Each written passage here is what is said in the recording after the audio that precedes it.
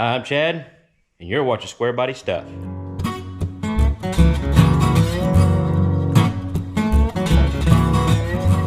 What's going on, everybody? Welcome to the channel.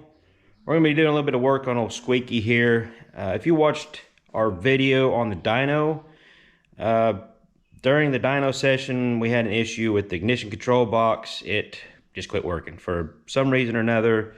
The only thing different we did, or might have caused it, which none of us could figure out why it would cause it, is it was a chain reaction in a way, because our secondary float stuck and flooded the engine. So we pulled spark plugs out, drained everything out, and cranked it over with the coil wire unplugged and grounded. Shouldn't have caused any problems, but then after we got everything back together, the fuel issue sorted out, didn't have any fire. Done some diagnostics and found out the ignition box crapped out on us. So I could turn the key on, try to start it, and the LED would flash like 3 times, indicating some sort of code, but not really sure what the code was. Didn't have anything in the book about it. I even called tech after the fact. Last week sometime I called tech to see what was going on, and they said, well, we're probably just gonna have to send it in, see if we could repair it. I said, okay, but I went ahead and ordered another one just like it. And what I'm running is, let me just open it up for you. This is the Mallory Pro 695. It is a 2-stage rev limiter, so we got the 2-step stuff. This is an identical unit to what I've got in there, so it should be pretty easily plug and play.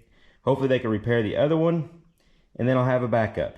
You know, that's because race truck. Anyways, I like Mallory stuff. I've run them for years, and I know now they're pretty much owned by MSD and Holly and all that stuff. So always had a really good luck with the Mallory stuff. For a distributor on this, I'm running a Mallory Unilight 9000. I mean, you can see that guy down there. That's got a big cap. It's got the Unilight module in it. That was initially what I thought fried in it, because they're kind of sensitive, but it works great. But how I was able to finish the dyno session and be able to drive it in between, you know, since I haven't had an ignition box, is I left the wiring in here to run the ballast resistor and bypass the ignition box, where I could just run off the distributor. So luckily I had all that stuff in there and was able to. I've been driving it for quite a while. We actually drove, I probably put a couple 100 miles on this thing since the dyno session. And it's been running fine. I just don't have a rev limiter, so I got to kind of be careful, because it's, you know, even though it's a mild big block, it likes to rev, and it revs pretty quick. So yeah, if it breaks loose, I got to be paying attention. And yeah, my wiring is not the greatest. I really need to go through this whole truck and get rid of some stuff, tidy up some stuff, but you know, as long as it works and nothing's bad grounded out, we'll be okay. So let's get the old one out and get the new one in, and hopefully it's not something else. I mean, I don't know what else it should be. It's got to be the ignition box, because everything else in the system works. Coil's good, everything else is good. So we'll get this thing swapped out and maybe be able to test out the 2-step and just play a little bit.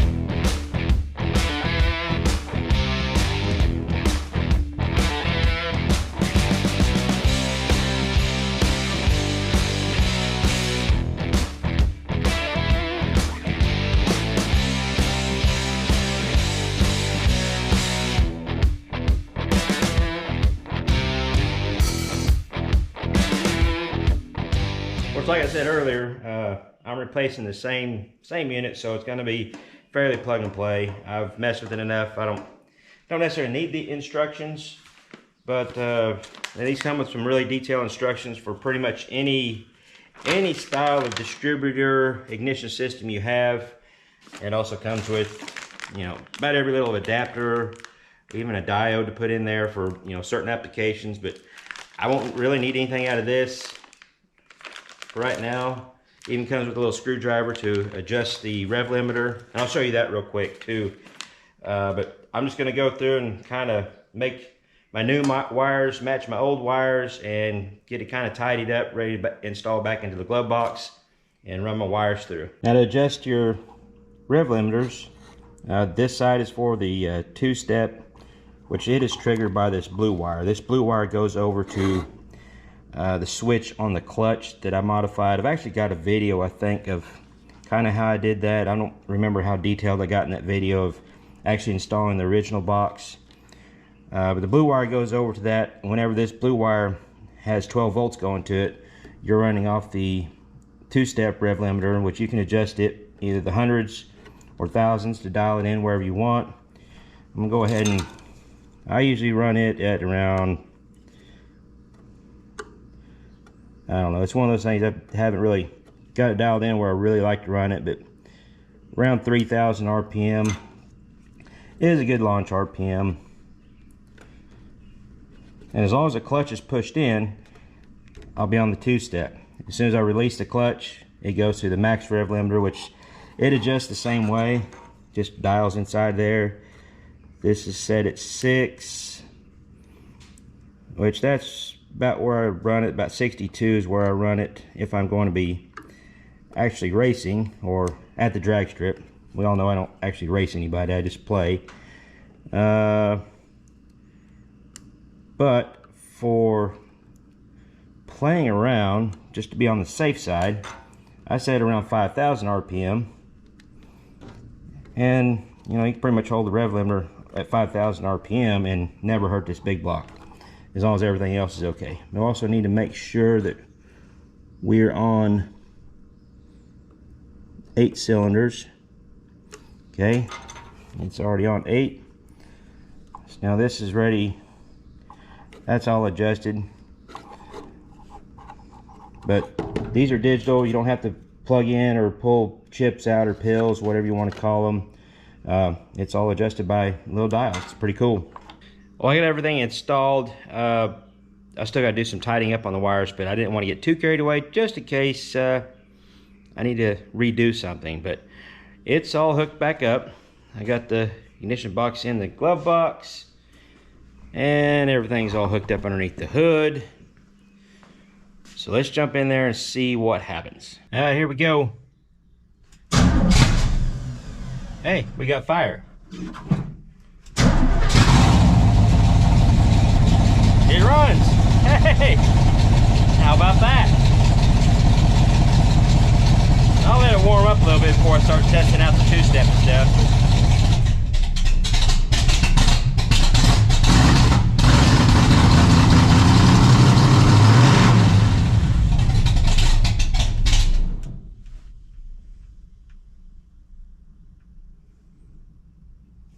Not sure what's going on there. I think that needle valve is flooding over again.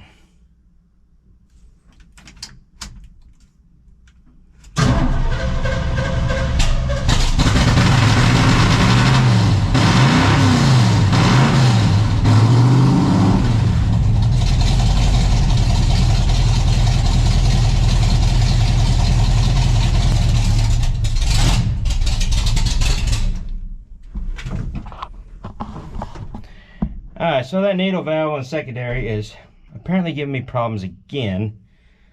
I don't have another needle valve, but I'll see what I got to do with that. It's brand new. I've just rebuilt this carburetor, but you'll have that on these big jobs.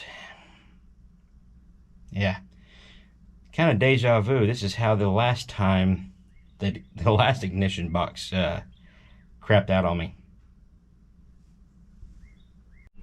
Alright, let's see what's going on with this carburetor.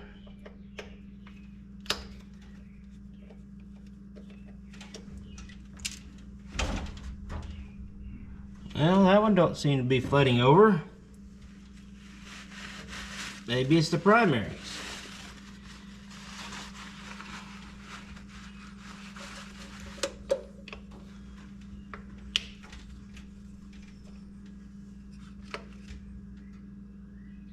Huh.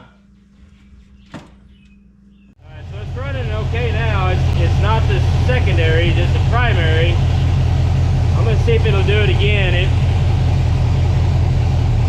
It was idling just fine, and then all of a sudden it just started pouring fuel out of the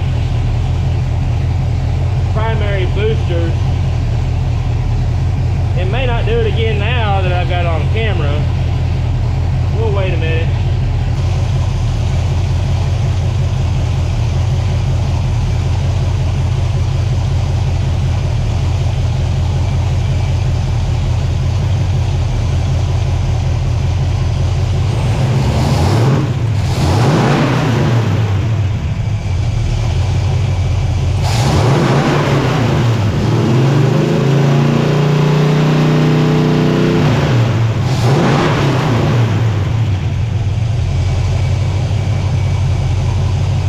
Of course, it's not going to do it now that I got you guys watching. I'm going to go ahead and pull that needle valve out, make sure it's clean, and we'll go from there. You know, it's just one of those things you deal with some would say because it's a Holly. This could happen with an Edelbrock or even a Quadrajet. Your needle valve sticks a little bit, no big deal. I don't have a real fine fuel filter on this. I don't remember what micron these filters are, but they're more of like a screen mesh. They're not a fiber filter. So if there's a little bit of something that gets in there, it could get the needle valve sticking a little bit. So I may address that issue later on, put a better filter on it. I don't know. But I'm gonna pull the needle valve out, clean it real good, stick it back in there, because I did verify it is the primaries are doing it. It's doing the same thing the secondaries was doing a while back. Yeah. If it was easy, everybody would be doing it. But this is just part of the game. It's nice and free. I don't know. I'll spray it out and put it back in and see what happens. I readjusted to make sure it was at the right level. And while it's idling with this plug out on the side, it's just below the hole. Or if you rock it a little bit, it will kind of slosh out just a hair. Then that's where I kind of like to run them, at the very bottom of that or just below it. So, but we don't have any more leaks. It's not flooding over anymore. The ignition box is working, so so far it's a win. Let's make sure the two-step works the way it's supposed to, and the rev limiter works the way it's supposed to. Then maybe we'll take it out of the shop and do some dry hops or something on the gravel, because that's all I got is gravel. Let's fire it up and see if the two-step works and the max rev limiter works. Let's see what happens.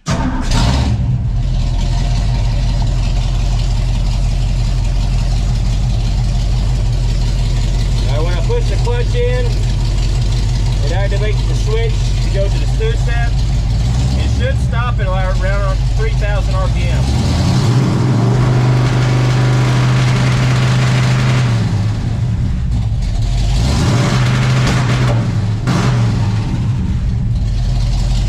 Now I got the clutch out, it should stop around 5,000.